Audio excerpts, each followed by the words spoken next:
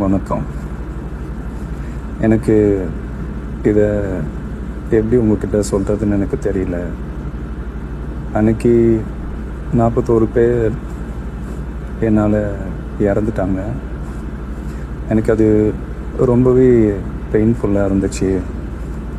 என்னால் உங்களை கூட பார்க்க முடியல. நான் அன்றைக்கி சீக்கிரம் வந்திருக்கணும். நான் தப்பு பண்ணிட்டேன்.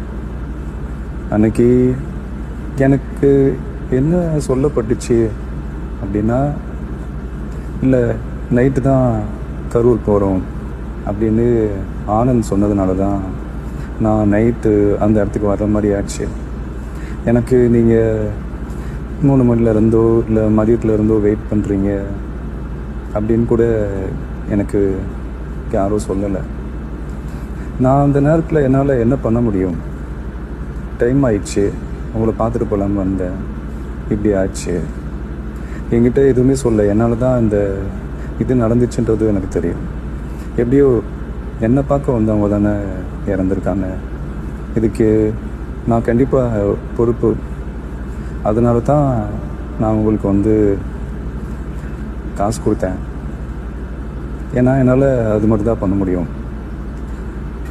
அந்த மாவட்ட செயலாளர் மதியழகனும் ஆனந்தும் அந்த கூட்டம் எவ்வளோ வரும் அப்படின்னு ஃபஸ்ட்டே போலீஸ் கேட்கும்போது கூட ரொம்ப கம்மியான எண்ணிக்கையில் சொல்லியிருக்காங்க. அது மேபி ஒரு நல்ல எண்ணிக்கையில் சொல்லியிருந்தாங்க அப்படின்னா, அல்லது ஒரு கூடுதலான ஒரு எண்ணிக்கையில் சொல்லியிருந்தாங்க அப்படின்னா அன்றைக்கி எக்ஸ்ட்ரா போலீஸ் பாதுகாப்பு கூட கிடச்சிருக்கலாம். இந்த அசம்பாவிதம் நடக்காமல் போயிருக்கலாம். இதுக்கு காரணமும் ஏதோ ஒரு வகையில் நான் தான். என்னை பார்க்க வந்ததான் இப்படி ஆனது எனக்கு ரொம்ப கஷ்டமாயிருச்சு. நான் என்னை மன்னிச்சிருந்தேன். இதுக்காக நான் உங்கள் எல்லார்கிட்டேயும்